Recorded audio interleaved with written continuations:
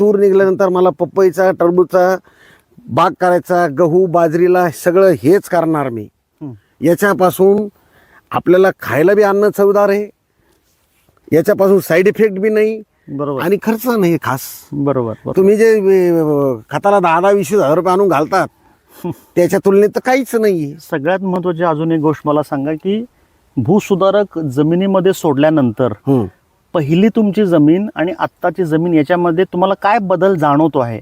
पहिले मला तुरी म्हणजे दंड पाडायचे होते का, बैलाच्या यांनी दंड पडत नव्हते. बर. त्याच्यानंतर मी काय केलं, व्हीएसटी ट्रॅक्टर आणला छोटा 3 चाकी.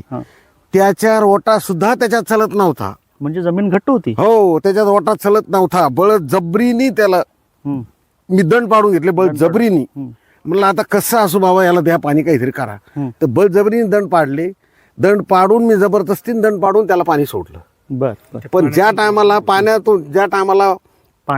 पाण्यातून मी भूसुधारक सोडल्यानंतर जमीन भुसभुशीत झाली. एका फटक्यात तुम्हाला फरक जाणवला? 100% म्हणजे 1000% जाणवला. जमीन मऊ झालेली आहे. हो हो हो.